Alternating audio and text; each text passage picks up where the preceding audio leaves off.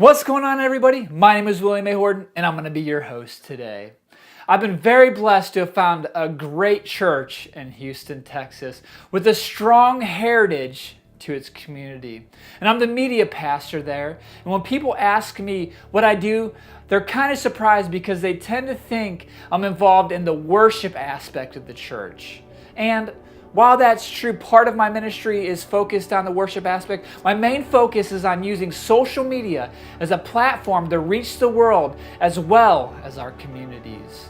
You know, we are called to make disciples out of nations. And what better way to do that, to reach the world and to reach the community around us, than through social media?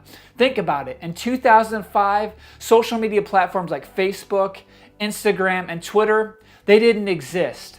Fast forward to today, and social media is one of the most dominating forces in our culture. This is why social media is so important in the church today, because it's where people's attention is. If you think about it, the statistics show that 7 out of 10 adults spend time on social media every single day.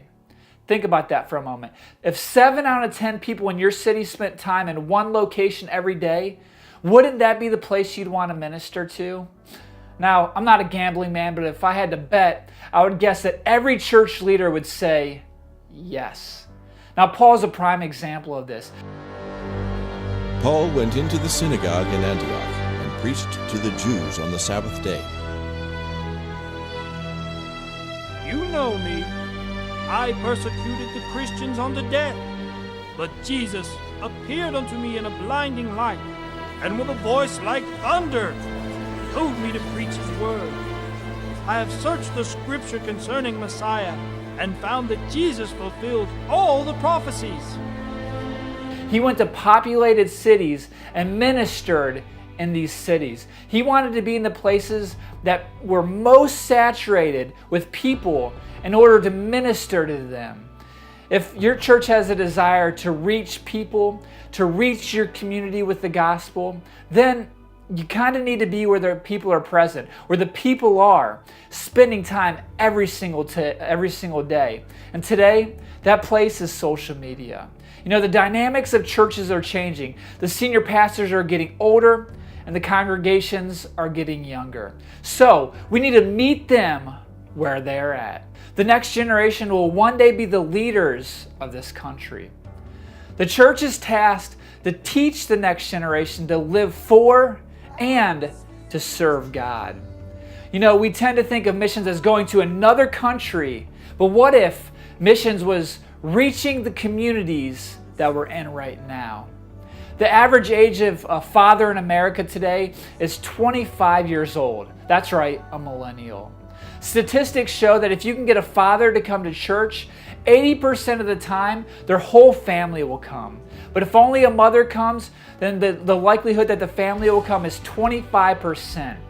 If a father attends church irregularly and the mother attends the church regularly, only 3% of the children will become regular attendees of church. 59% of them will become irregular attendees to church, and 38% of them will be lost. So, using social media, we have a huge chance to reach young men with families and children.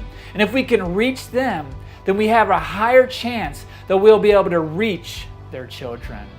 The stats show that 80% of millennials log into social media every single day, and over 50% of them use social media on apps like they're on their cell phones. And this is important because we can reach people no matter where they're at, whether they're in the hospital, whether they're at the doctor's office, whether they're at school, whether they're in the parking lot. It doesn't matter, we can reach them. And we have to remember, the church is a means to an end.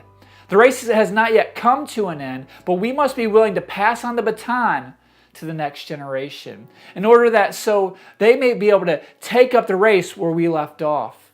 In many ways, a church is like a relay race. Succession is key. When I read 1st and 2nd Timothy and Titus, we see how much Paul understood that his part of the race was coming to an end. What we see in these letters is that Paul understands that while his part of the race is coming to the end, the race is not over. Paul passes on what he has learned to Timothy and Titus. And with the millennials now beating out the baby boomers, there is a need to reach these young minds so that way they may be able to be the next generation of leadership in our churches, in our communities. So, for better or worse, people are building relationships using social media. And to witness building relationships is key. Relationships is everything. Many times we must earn the right to speak into someone's life. Think about it. Building a relationship with somebody is often the catalyst of growth for reaching those who are lost. Now, I'm a strong believer that we need to enable the next generation of leaders. We need to create something so that way when we leave, they can pick it up and continue to grow with it. Our ceiling must be the next generation's floor. Andy Stanley says that at the end of our lives will be measured not by what we own, but by how much of it we give away. So, we can't take anything with us when we go. We must be willing to be missions-minded and remember the lost, because the Spirit of Jesus is the spirit of missions. And sometimes our missions field are right outside of our front door or just a Facebook post away.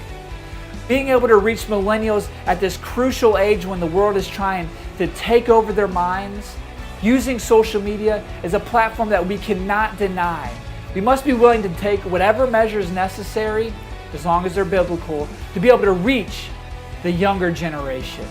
So, my question is this: is using social media a viable platform in ministry?